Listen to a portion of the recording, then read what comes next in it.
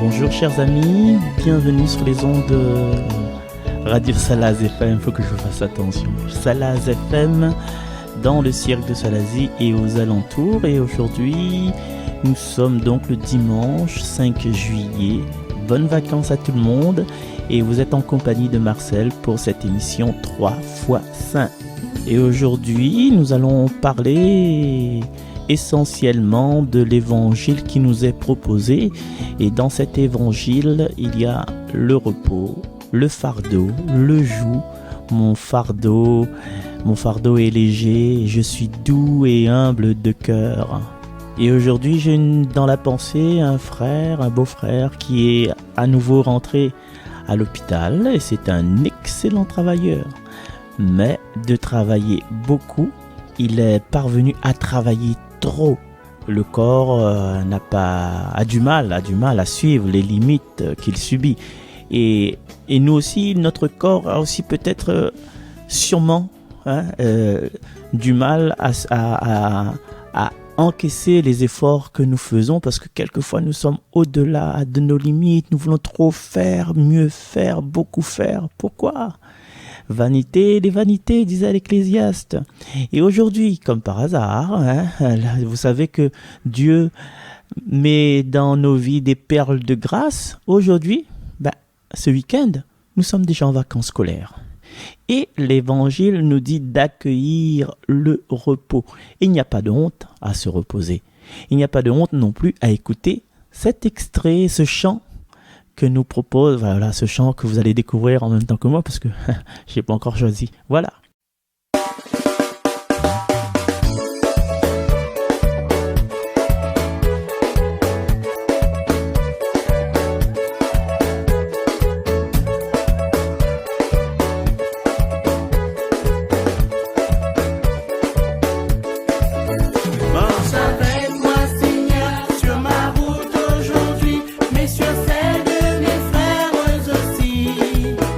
J'ai éclairé, Seigneur, le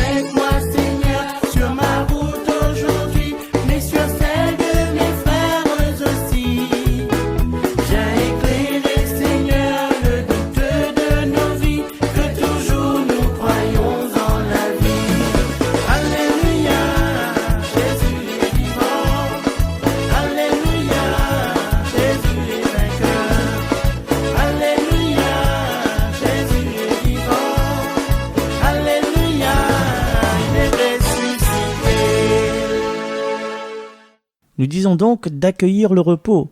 Jésus lui-même, dans les Écritures, s'est assis, fatigué par la route, sur la margelle du puits de Jacob, pour parler à la Samaritaine dans l'évangile de Saint Jean. Jésus se repose et quelquefois même il dort dans la barque en pleine tempête.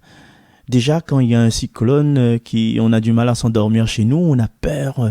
Est-ce que le toit va rester? Est-ce qu'il n'y aura pas des infiltrations de l'eau? Donc, Jésus, il dort dans la barque, le cyclone. Et ça, pour vous dire que vraiment, à cet instant-là, il était très, très, très, très fatigué, le pauvre. Hein. En parlant du cyclone, par contre, quand la pluie ronronne sur la tôle, le sommeil se fait plus doux. Il y a un appel irrésistible de la couette. Mais ça, c'est les petites pluies, vous voyez. Likitam, tam, tam, voilà. Alors, nous voyons bien que Jésus prend du temps pour se reposer. Et même Dieu, le Créateur, il s'est reposé le 7e jour. Et nous, pauvres humains, pauvres petits hommes, la société nous a formatés pour remplir nos emplois du temps et pour avoir honte quand on dort. Et moi, je vous avoue que dans mes séances de catéchèse, avant ou après la prière d'accueil, il y a toujours un moment de méditation silencieuse. Et moi, je base ce moment sur la respiration. Autant pour les séances des enfants, parce que j'ai des petits-enfants de la première année, autant pour leurs parents. Alors les parents sont agités à la maison, il faut repasser, il faut nettoyer, il faut laver les vitres, il faut faire la vaisselle, il faut enlever le caca du chien, il faut parler à la voisine, il faut mettre la radio, il faut éteindre la radio, il faut trier le grain, trier le linge, plier, repasser comme je vous ai dit. Mais ils n'ont pas de temps de repos, à se reposer, à s'asseoir.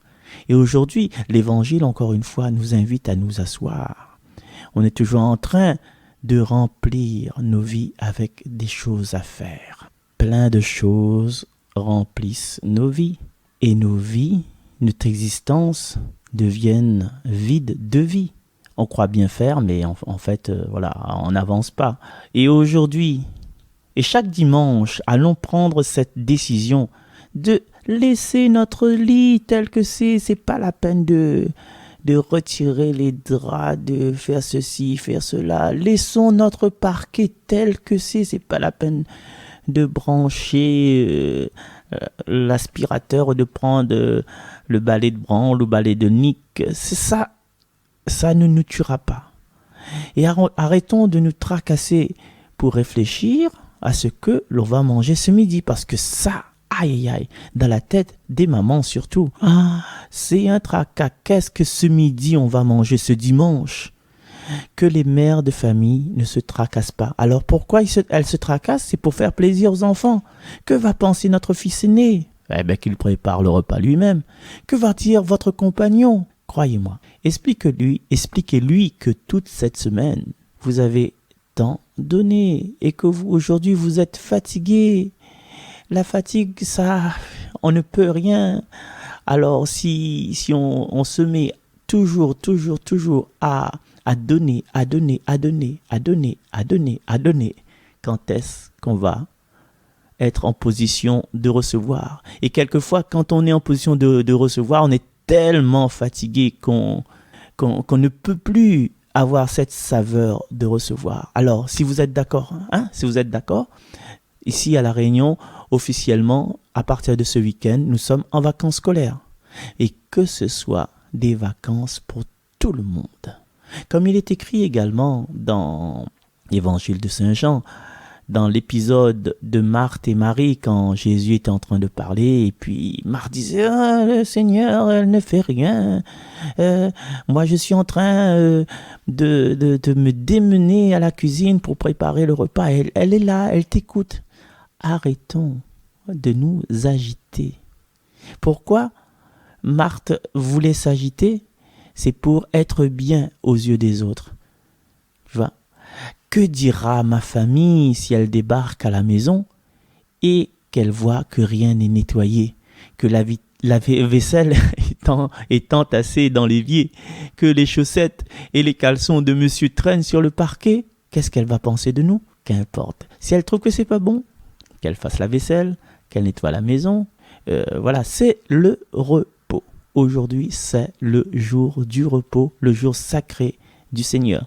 Tout à l'heure, j'étais en train de parler avec un collègue qui était parti en Israël et il m'a dit, en Israël, le vendredi, si toi tu mets une table dehors pour vendre des trucs, eh ben, il y a la milice qui vient, comment dirais-je, j'étais pas, qui balance tout. On n'a pas le droit de travailler le jour du Shabbat là-bas.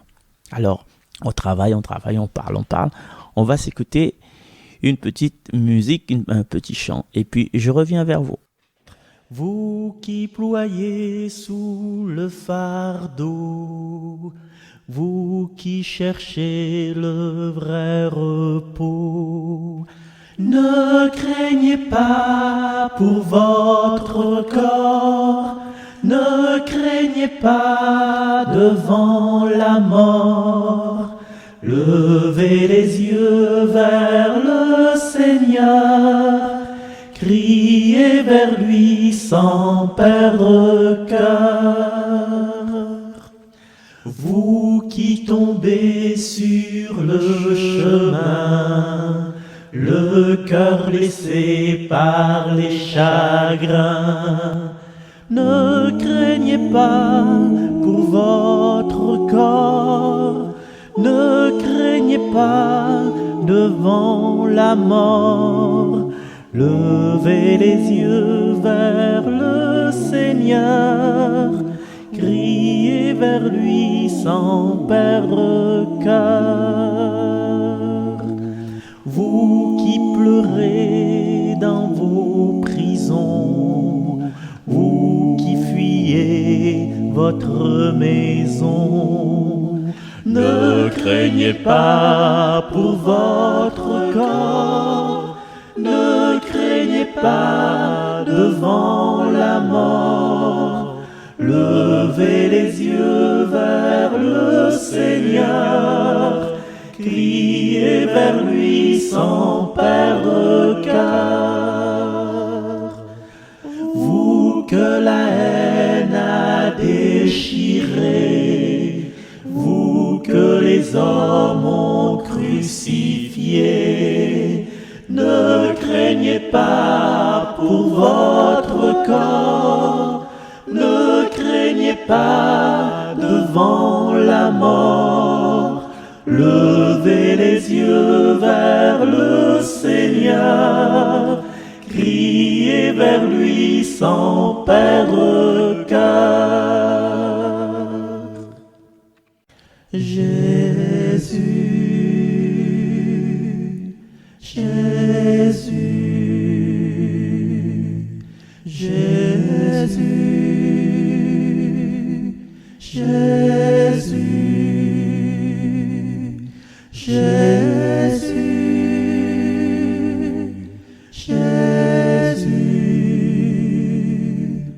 Jésus, Jésus,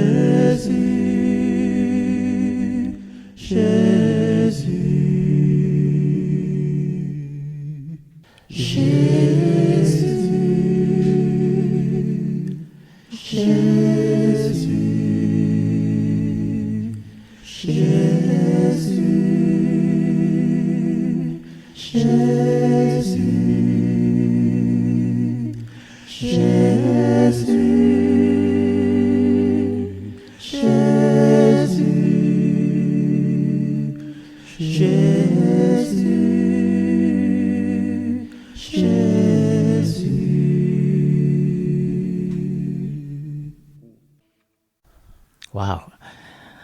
Ainsi, nous devrons, ça doit être une obligation, hein, nous devons prendre soin de nous. Nous devons prendre soin de notre humeur.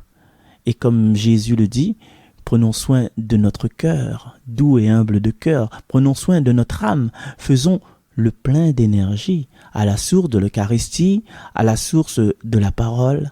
Cherchons d'abord le royaume de Dieu.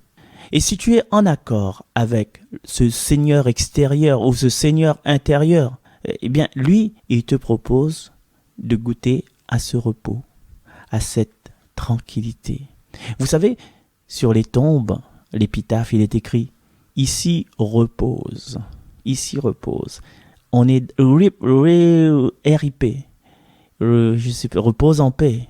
Requiem in pacem, repose en paix. Notre vie, c'est ça. C'est un avant-goût de ce repos en paix. Alors, essayons de nous éloigner de ce tumulte. Cherchons à vivre Dieu.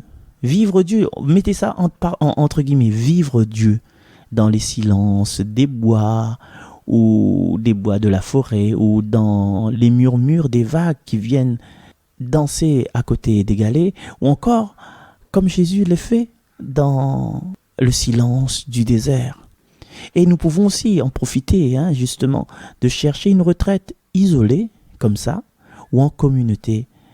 On peut s'inscrire chez les moniales dominicains, ou chez les moines aussi, moines capucins, ou qu'importe la congrégation, ou encore avec les religieuses du Carmel, avec ce silence dont nous manquons dans notre vie perturbée. Et quelquefois, le silence gêne, mais c'est le moment, comme le soir, la brise du soir, de nous retrouver, comme Nicodème a retrouvé Jésus pour parler de cette renaissance. Et cette renaissance doit être perpétuelle. Alors, retirons-nous au désert de notre cœur de temps en temps, loin de Facebook, loin d'Instagram, loin de Netflix, loin de les reines du shopping. Ouvrons un livre ou concentrons-nous sur notre respiration, comme je le fais avec les enfants ou les parents. Ce souffle divin à l'intérieur, ce souffle de vie qui nous permet de nous retrouver. Et dans cette solitude, vous savez, on n'est pas seul. Et justement, nous allons découvrir cette deuxième partie de l'évangile d'aujourd'hui. Peut-être juste après ce refrain, on a le temps ? Allez, on va faire ça. Petite pause musicale dans 3 x 5 sur les ondes de Salaz FM et sur YouTube en replay. Mon âme a soif de Dieu, le Dieu vivant. Mon âme a soif de Dieu, le Dieu vivant. Comme un cerf altéré cherche l'eau vive, ainsi mon âme te cherche, toi mon Dieu. Mon âme a soif de Dieu, le Dieu vivant. Mon âme a soif de Dieu, le Dieu vivant. Quand pourrais-je m'avancer, paraître face à Dieu? Mon âme a soif de Dieu, le Dieu vivant. Envoie ta lumière et ta vérité, qu'elle guide mes pas et me conduise à ta montagne sainte, jusqu'en ta demeure. Mon âme a soif de Dieu, le Dieu vivant. J'avancerai jusqu'à l'autel de Dieu, vers Dieu qui est toute ma joie. Je te rendrai grâce avec ma harpe, Dieu mon Dieu. Mon âme a soif de Dieu, le Dieu vivant. Gloire au Père et au Fils et au Saint-Esprit, pour les siècles des siècles. Amen. Alors Jésus nous dit, qu'il nous offre son joug. Il nous offre son joug est léger. Ça ne veut pas dire qu'il va nous enlever notre joug et puis rester tranquille, cool, Raoul, là, tranquille, yes, j'ai plus de joug, j'ai plus de fardeau sur mon dos. Non, notre condition de labeur, cette petite dignité, reste toujours, mais si nous le choisissons, il va nous accompagner. Et le joug, je ne sais pas si vous pouvez vous imaginer, il y a deux emplacements pour mettre les têtes des bœufs. Donc, on aura notre face de bœuf, notre tête de bœuf à un côté, et lui, il aura sa tête de bœuf de l'autre côté. Et son joug est léger. Pourquoi à deux? Parce que si on va dans des directions un petit peu scabreuses, un petit peu dangereuses pour nous, il est à côté de nous, il va nous forcer à suivre le bon chemin. Il va nous forcer à marcher à ses côtés. Il sera toujours à notre côté. Ainsi, la charge est plus légère en poids. Parce que Jésus va nous donner un joug en fibre de carbone, dernier cri. Et en plus, la charge est divisée par deux. Nous portons notre pierre, entre guillemets, et lui va porter. Donc, fibre de carbone, le poids divisé par deux, l'effort est divisé par deux, mais avec direction assistée. Direction assistée. Si on va à droite dans les ténèbres, bien Jésus va nous tirer sur la gauche dans la lumière.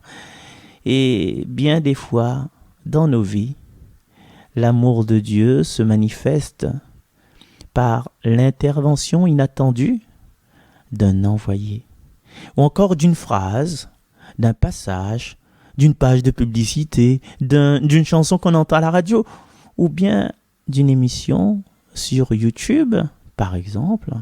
Voilà. Et quelquefois, c'est par une personne interposée, une personne qui est là. Nous avons un problème de voiture, et puis tu découvres que le fils de ton voisin ou de ta voisine est mécanicien. Et voilà. Donc, Jésus, le Seigneur, met des manifestations divines dans notre vie. Et nous, il suffit que nous ouvrions nos yeux. Nous en parlions, nous confions à lui. Donc, du coup, notre problème de voiture est en phase de résolution. Et on ne savait pas que le fils du voisin était mécanicien, mais il est venu par hasard comme ça manger chez ses parents. Et tu l'as rencontré, commence à parler un petit peu, et puis tu lui dis ton problème, et puis il dit « Ah ben oui, mais je suis mécanicien, je connais, je peux avoir des pièces moins chères, etc. » Nous avons un problème d'alimentation, on n'a plus trop grand-chose à manger à la maison, et comme ça, tu es malade, tu tousses, et tu sais que chez ta sœur, il y a, je sais pas, il y a cannelle et citronnelle. Donc tu téléphones à ta sœur, ça fait longtemps que tu n'as pas téléphoné, et puis au cours de la conversation, tu dis, en ce moment, un petit problème alimentaire, ou bien elle-même te dit, ah, tu sais, j'ai eu un stage dans un restaurant là en ce moment, et le patron qui est restaurateur, il s'est trompé dans la commande, il a commandé plusieurs sachets de riz, et beaucoup de raviolis, ou encore, je sais pas, des fruits au sirop. Et là, tu dis, tu as des sachets de riz en trop chez toi? Tu as pu récupérer? Ben oui, justement, heureusement que tu m'as téléphoné. Est-ce que tu en aurais besoin? Voilà. Le Seigneur allège nos peines si nous nous tournons vers lui. Par rapport à notre maladie, par rapport à la grippe, à la toux qu'on a, on a téléphoné à notre sœur, pour avoir des médicaments. Et la sœur ne savait pas, elle a une vie aussi, elle est en stage chez un patron restaurateur qui s'est trompé dans la commande.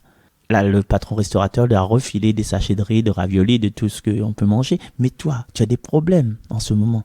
Et justement, le Seigneur a fait en sorte que vous vous rencontriez à ce moment-là. Un autre exemple. Vous voulez un autre exemple? Vous aimez les exemples, hein? Vous avez un problème d'argent, voilà. Les impôts sont sortis, ou bien vous avez des fournitures scolaires achetées pour la rentrée, une trousse, des gommes, crayons noirs, crayons à papier, stylos, feuilles millimétrées, vous savez tout. Voilà. Si vous avez des enfants, vous êtes passé par ce chemin-là. Un cartable, parce que Oh, le cartable là, il dure depuis 3 ans.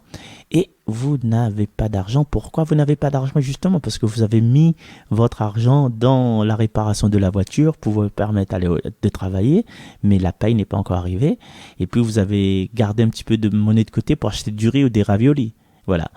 On est toujours dans cette perspective de manque. Et quand on est en manque d'argent pour payer tout ça, eh bien, imaginez-vous que vous êtes là. Seigneur, comment vais-je sortir de ce problème d'argent? Tring, le téléphone sonne. Bonjour Marcel. Oui, bonjour. Est-ce que tu es là, à ta maison? Ben oui, dans la voiture. Enfin, tu dis pas, mais dans la voiture, il n'y a pas trop d'essence. Qu'est-ce que je vais faire? La voiture est un peu cassée. Donc oui, je suis à la maison. Est-ce que je peux passer? Mais bien sûr, tu peux passer. Alors, la personne passe et te ramène une enveloppe. Une enveloppe avec, je sais pas, 500 euros, 600 euros dedans. Mais c'est quoi ça, 500 euros, 600 euros? Qu'est-ce qui t'arrive? Eh, tu sais, la dernière fois, il y a 5 ans de ça, je t'ai acheté ta voiture. Tu te rappelles de ta petite voiture, ta R5? Ou bien ton Talbot Mitsubishi? Ou bien, voilà. Ou bien, il faut que je dise ton Citroën, la Citroën. Eh bien, tu te souviens pas? Je t'ai payé une partie, mais il me manquait 600 euros.